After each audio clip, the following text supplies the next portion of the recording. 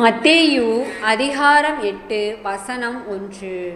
அவர் மலையிலிருந்து இறங்கின போது திரளான ஜனங்கள் அவருக்கு பின் சென்றார்கள். அப்பொழுது குஷ்டரோகி ஒருவன் வந்து அவரை பணிந்து, ஆண்டவரே, உமக்கு சித்தமானால் என்னை சுத்தமாக்க உம்மால் ஆகும் என்றான்.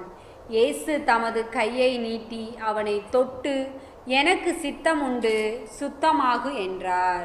உடனே குஷ்டரோகம் நீங்கி அவன் சுத்தமானான். இயேசு அவனை நோக்கி, இதை நீ ஒருவருக்கும் சொல்லாதபடி எச்சரிக்கையாயிரு. ஆயினும் அவர்களுக்கு சாட்சியாக நீ போய் ஆசாரியனுக்கு உன்னை காண்பித்து மோசே கட்டளையிட்ட காணிக்கையை செலுத்து என்றார்.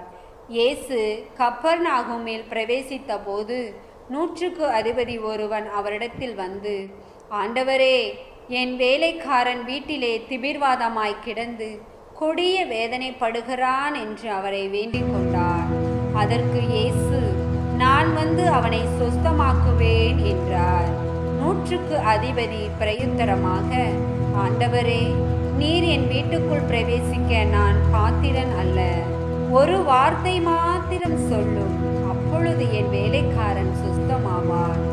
நான் அதிகாரத்திற்கு கீழ்ப்பட்டவனாய் இருந்தும் எனக்கு கீழ்ப்பட்டிருக்கிற சேவகரும் உண்டு. நான் ஒருவனை போவென்றால் போகிறான், மற்றொருவனை வாவென்றால் வருகிறான். என் வேலைக்காரனை இதை செய்யென்றால் செய்கிறான் என்றார்.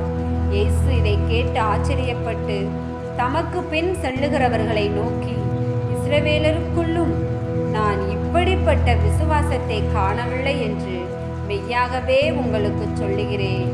அநேகர் கிழக்கிலும் மேற்கிலிருந்து வந்து பரலோக ராஜ்யத்தில் ஆபிரகாம், ஈசாக்கு, யாக்கோப்பு என்பவர்களோடு பந்தி இருப்பார்கள்.